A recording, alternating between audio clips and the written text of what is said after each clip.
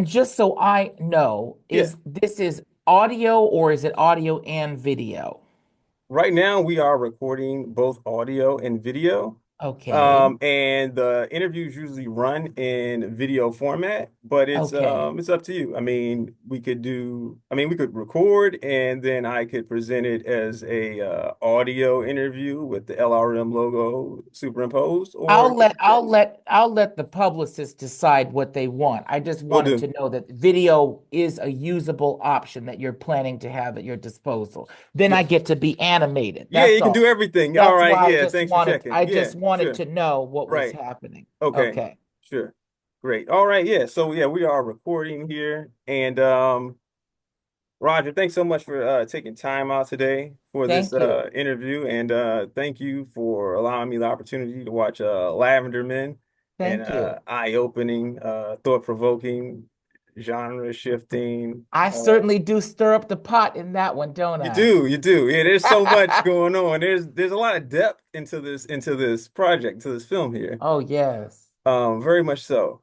Now, I did not know this was a play at first. Was that right? Yes. Okay. Yes. It started out as a play. So let me tell you the full tea on what Okay. happened. Yeah. When I was getting my MFA in stage and screenwriting Okay. from Northwestern, You get that from Northwestern. Okay. yes, I was an MFA candidate at Northwestern. I was living in Chicago, of course, Okay. and this that's the land of Lincoln. Okay. I've never been to You know, Chicago. It's the land of Lincoln. Okay. it's the land of Lincoln. All And right. specifically, before I got there, I did a trip down there to Chicago Okay. and went not only there, but also to their state capital, which is Springfield, And this is Illinois, before you went to the school. Okay. before I went to the school. You know, Right. my grandfather says, don't ever walk into a door where you don't know the exit sign is. That's a So good point. I'm going to look and Right. see Yeah. what's Hey, happening. daytime and nighttime, right? Yes, Yeah. and that's the other part. Don't do nothing at night that you wouldn't do in the There you daytime. go. Yeah. Okay. Right. Yeah. So I went there and I encountered the Springfield Library, the Presidential Library of Lincoln. Okay. And this was at the time right after Tony Kushner had done his movie called Oh, Lincoln. sure. I So remember. all of the books that the team had used from the movie were still pulled off the shelves and out of the Oh, archives. really? Okay. Right. As you visit the library here. As I visited the Look at library. that. Okay. And one of the books that they had out was, I think it was called The Intimate Life of Abe Lincoln or The Intimate Life of Abraham Lincoln. Okay. And in the book, which is a very controversial book because it's considered pseudo history and all of Why this is it kind of considered pseudo well, history? it was considered pseudo history because the American zeitgeist at the time, this was about 10, 12 years ago, Okay. had trouble acknowledging the fact that we may have had queer presidents. Really? Okay, so the book goes into this The pseudo history book, book the about book, Abraham Lincoln. it went all the way What? in. Okay. And it talked about multiple love affairs or at least moments of intimacy Throughout it. between men throughout Okay. his life. Wow. All right. And the one that hit me the most was not John Swift, which is his classmate and sort of legal office partner with Okay. whom he shared a bed. Wow. So That, there's actually multiple instances within the book oh, though. Okay. yes. And it wasn't his later bodyguard that he had sleep in the same room as him later in The life. bodyguard in the room. Okay. It was not that. It wasn't. It was the brief but intense encounter that he had with a legal secretary Okay. named Elmer Ellsworth, Sure. who was a bit of a fish out of water in his own right. Really? Okay. Because here was a Why is that? well, here was a young man who had moved from upstate New York Hmm. to Illinois to be a drill sergeant in the Illinois in the army. In the army. Okay. And he was doing drills, which means they were very performative sort Is this of like the trolling the rifles and everything controlling and the all right, this stuff? exact, Okay, all sure. that. Yeah, that's a lot of coordination and everything, and it is Right. performative. Yeah. And he would suit them up in these costume pieces. Okay. And Lincoln would go and watch him often. Really? And from that experience, he later seduced him into becoming his secretary in the Okay. office. All right. And he then go on to join Lincoln at the White House when he had So he gotten did go elected. over to the White So House then he too. went, so he Okay, and went this to is so he went from the drill, the uh, drill to the right, office in Springfield sure, to to becoming a Washington sort of D.C. Washington, D.C. Okay. And then he was the first casualty of the Civil War. No, And really. he was the first person that got shot in the Civil War. Elmer Elmsworth was? Elmer Ellsworth, Wow. Ellsworth. He Okay. was the first known casualty of the Civil War. And what he was doing was taking down a Confederate flag from the Alexandria Hotel Really? that was visible from the White House. And Sure. so he said, I don't want them to abuse you in this way. I'm so devoted to you. I'm going to take down this flag. And when he was taking down the flag, they shot him and they got him. Jeez. And he laid in state, okay, Yeah. as a decorated soldier, and Lincoln stayed by him. Really? Okay. And when he was asked about him later, he said that's the finest, that's the best little man I've ever met. Wow. Now I'm sitting here and I'm going, what's going on up in here? Yeah, this is interesting. This is a lot. Right. Now I don't have enough evidence to be there was documented I saw him here, he went to this Sure. party. Right. But there's something about the affinity Right. between these two men and what I will call the homosocial attraction, Okay. meaning to say there is some feeling of bonding Sure. between these two men Right. over whatever it may be, over the Sure. law, over Or Civil politics, War Civil or War, a right. relationship to being othered because, Lincoln himself was sort of rags to riches and his Right. wife was bankrolling him. Sure. This other boy Huh. had a wife or a girlfriend back in Where he came New from. York where he came Sure. from, and Right. she left him because he was a deadbeat, didn't make no money. So now Oh, all of a wow. sudden you have two men who are pressured by these women, Sure. and they find this space. Okay, so they only have something in common. Right. And they Right. find this space where they can be themselves, Got you. away from the pressures of being provider and leader. And so Sure. now I get to this idea that I can dissect the making of American masculinity Hmm. through the bonding of these two men. Okay. Okay. So that was the It's heavy. first, right. Right. It's deep, brother. It's deep. So now that was the first iteration of the play, Okay. always called Lavender Men, Always but called it, Lavender Man. And but it this is the was, first iteration of it. that's our Okay. first iteration. And I wrote that when I was still in graduate school at For your Northwestern. MFA. Okay. That's right. Right.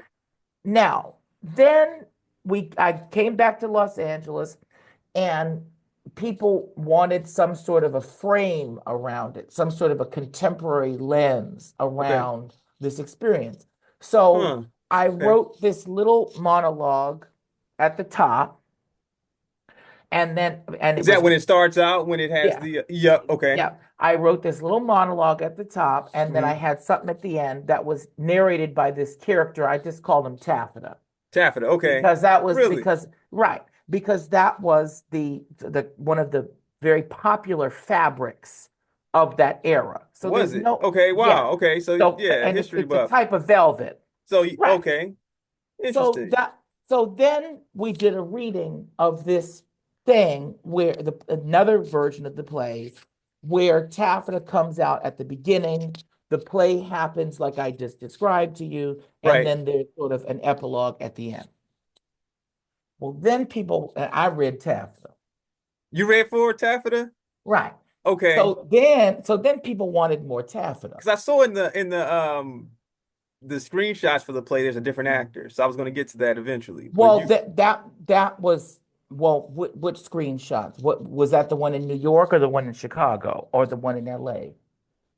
I was just looking at images, so I can't even, Yeah, I won't you're even probably get to it. seeing in Chicago, we worked with somebody else. Okay.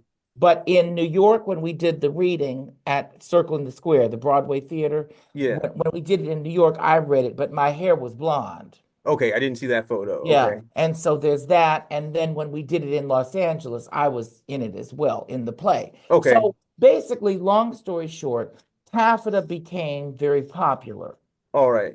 as a kind of narrator figure. Sure. It's a So way into the a story here, way, like another lens. It's like an observer that but the audience also, but then they wanted her to go from observer to story maker really. Okay. because through that alter ego, Hmm. I, as writer performer, am able to make commentary about the American condition Right. that people would otherwise be offended or upset by. But because this person is a bit of a clown, I you mean, know, you're crying one moment, and I mean the audience, and right. then yeah, And through the eyes and the mouth of the clown, you can make comments about the society in which you live that you otherwise wouldn't get away with. true. Now, for me, that goes back to my love affair with Moms Mabley. I don't know if you or your audience remembers who she is, I'm but not familiar. she was a vaudevillian, out lesbian comedian who Okay. worked from the 20s to the 70s.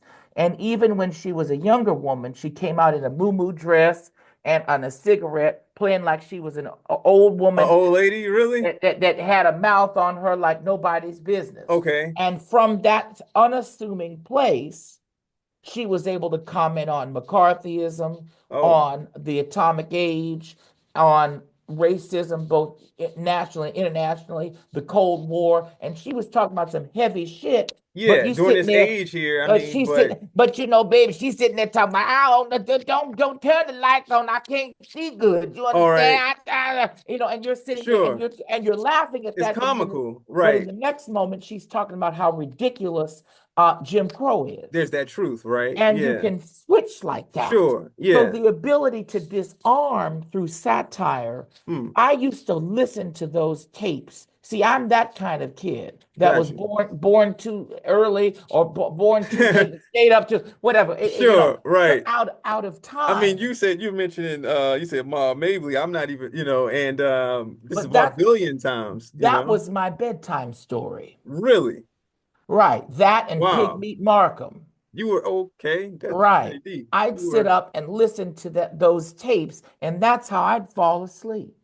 and you had the tapes? Wow. Yes, we had tapes. Okay. You see, I'm just about 40, you see. Sure. And my father is 80. Oh, wow. Okay. And my grandmother, who passed away in 2004, was born in 1910. Oh, wow. Okay. So And so yeah, that's the that house stretches I back in grew. time. Yeah. That's the world I grew Right. I up can in. understand that then how you would even have those tapes and everything. Right, Yeah. because I But, grew up in a household that felt more like a 1930s household than a 1980s household. oh, wow. That's pretty rich. Right. Then that's how we lived. Wow. The kids at school thought I was a nut, but now I'm grateful, Sure. but it was my world and that's Right. what I knew. And so I have applied those understandings of the world and made them into my art. Got you. So basically, now taffeta had been expanded. Okay. And And this is now we're in about 2019. Now we're in okay. 2019. So now taffeta had been expanded. And just for some context, when was the first The iteration of the play first written? 2015. 15. Okay, so years. Yeah. Okay, sure. So years had gone by, All and right. then now taffeta was expanded, Sure. and now we were going to do a reading at Circle in the Square because I had been invited to do an initiative there to introduce emerging writers to Broadway audiences. Okay. And so that was in 2019. Now it's 19. Gotcha. And the showing was such a hit. It was sold out. People were lined up down the block around the corner.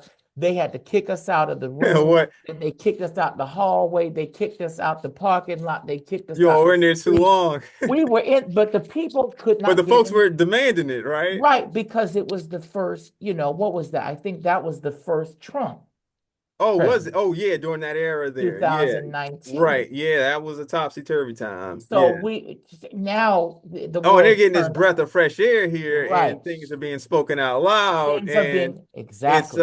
and the character's so fresh. That's right. Never quite seen a character like that before. So they had never seen anything like that. And yet, if they had listened to my tapes of Mom's Mabley, they would know, oh, Yeah. that's just Mom's Mabley. I But got you. anyway, but Right. that's the thing. So No, but it's now, it inspired you. right. It's a great story. So then 2020, we were scheduled to do the world premiere of the play in Los Angeles at Okay. Skylight Theater, which Right. is where you see the movie take place, primarily the That's the Skylight location. Theater. Sure. Yes, Okay. that's the Skylight Theater. Got you. So then we were postponed, obviously, Right. because of the This pandemic. is the pandemic, Yeah, right? and then we did the play in 2022. But in 2021, you see, I'm a Capricorn. So Okay. I said to Lovell, the director and Yeah, I'm producer, gonna get there. Love them. I said, we're going to practice what my father's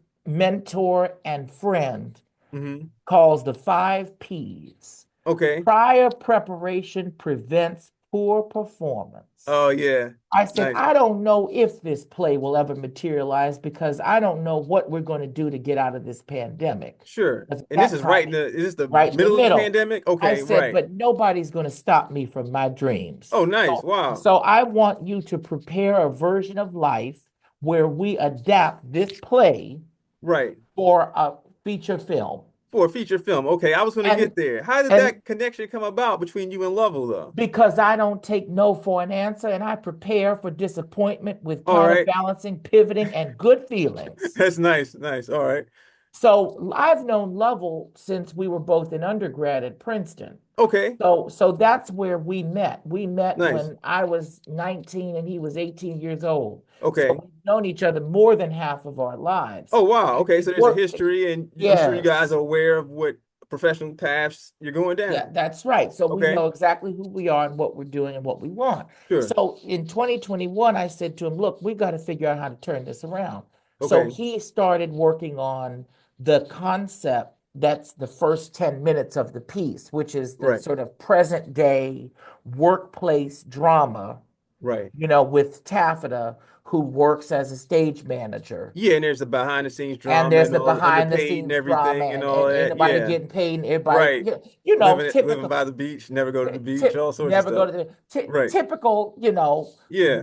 working person Workaholic stuff, right? Yeah. works right. The Right. realities of living and working in Sure. America right now. Yeah, I can And empathize. The beach is right here. And and you're sitting there, no, don't have time to go, can't there even you wash go. your own drawers because you're sitting there working after I can't hours go to to the pay your beach. bills. Yeah, No, but a lot of people could relate to that. they can So, empathize. Sure. so that became his way in Oh, movie. got And you. then a lot of the middle section of the movie Hmm. with those sequences that are fantasy, Yeah, more that fantasy-esque and everything with the those, tree. yeah, those are the things taken from the play. Oh, okay. And then the ending, which I won't say what it Let's is, not spoil that. was something that we wrote at the very end of our process Okay.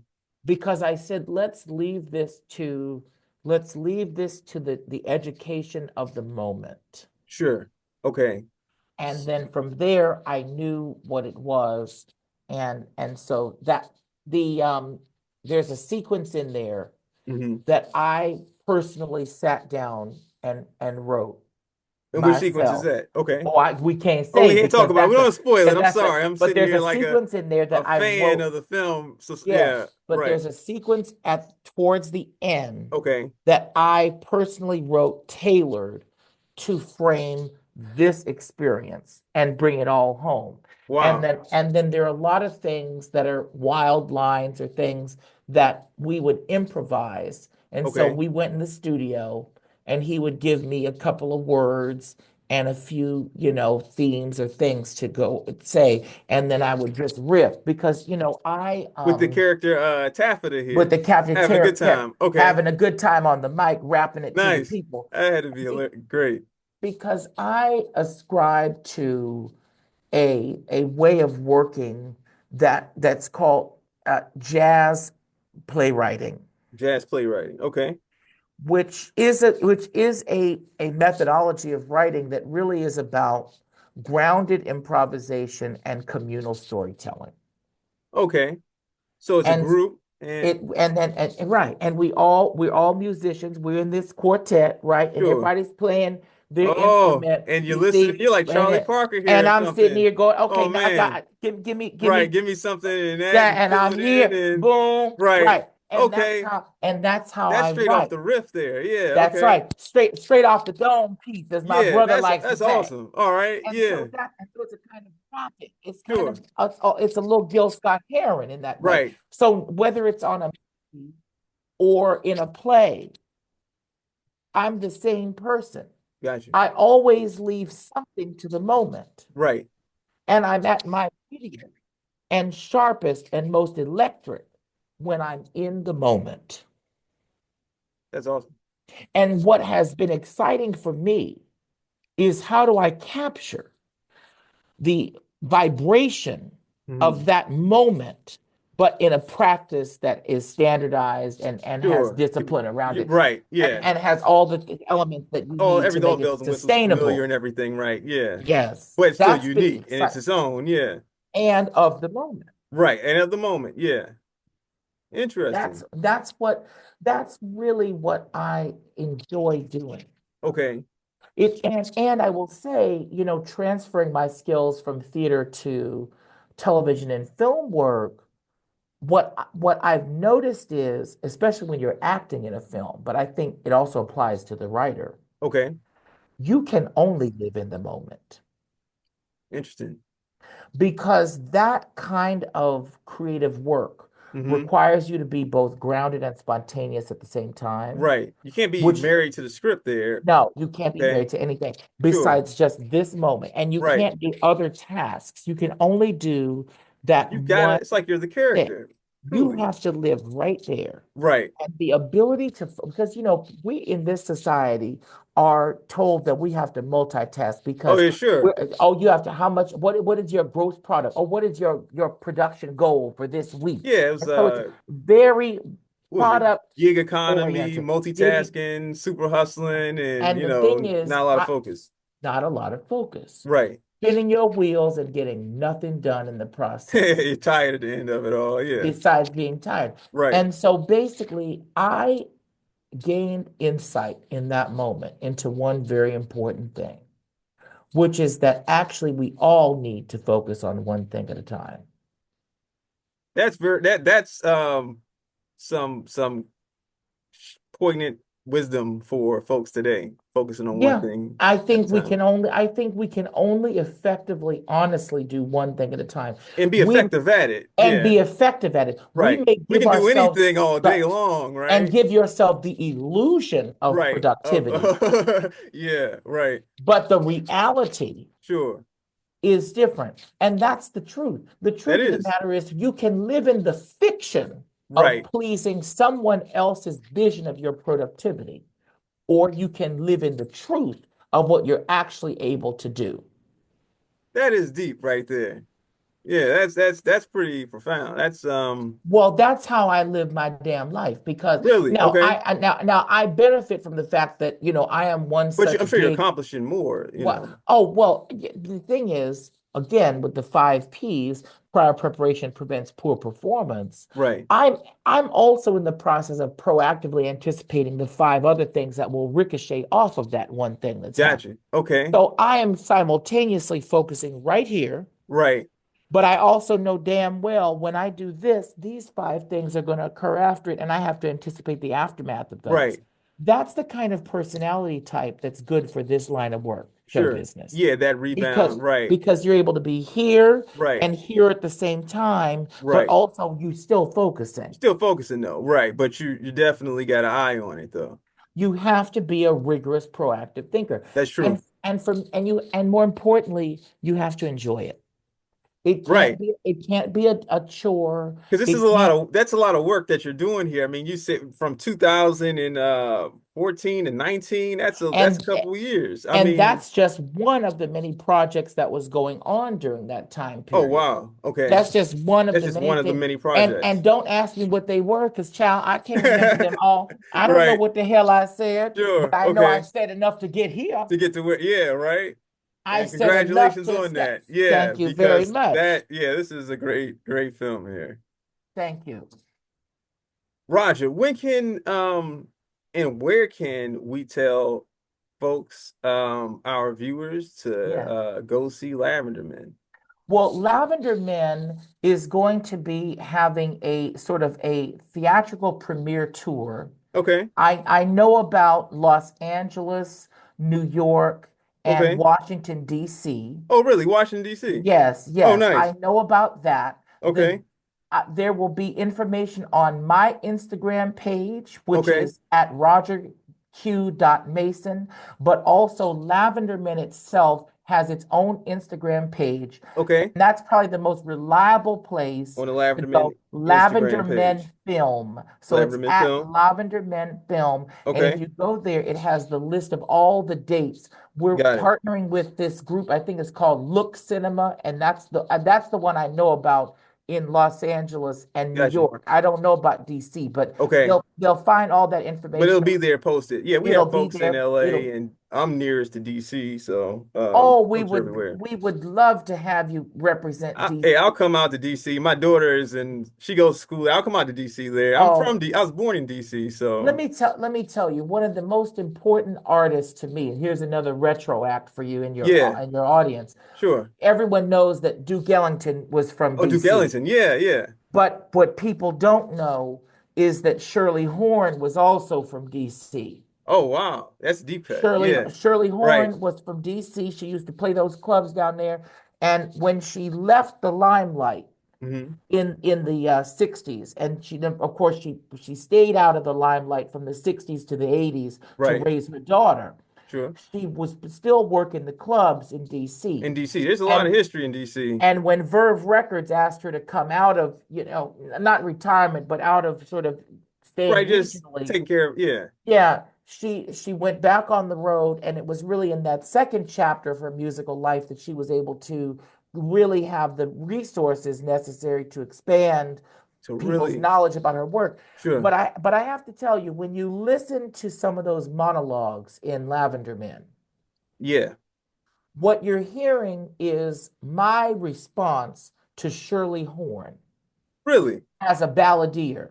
Okay. Now for those of your listeners that don't know Shirley, Shirley was a very popular and important jazz pianist and arranger and a vocalist who worked from, I would say, the 50s to the early 2000s. Right. She recorded with Quincy Jones. She also recorded on Verve Records and a couple of others. She worked with Billy Hart, I think, in the 60s and the 70s.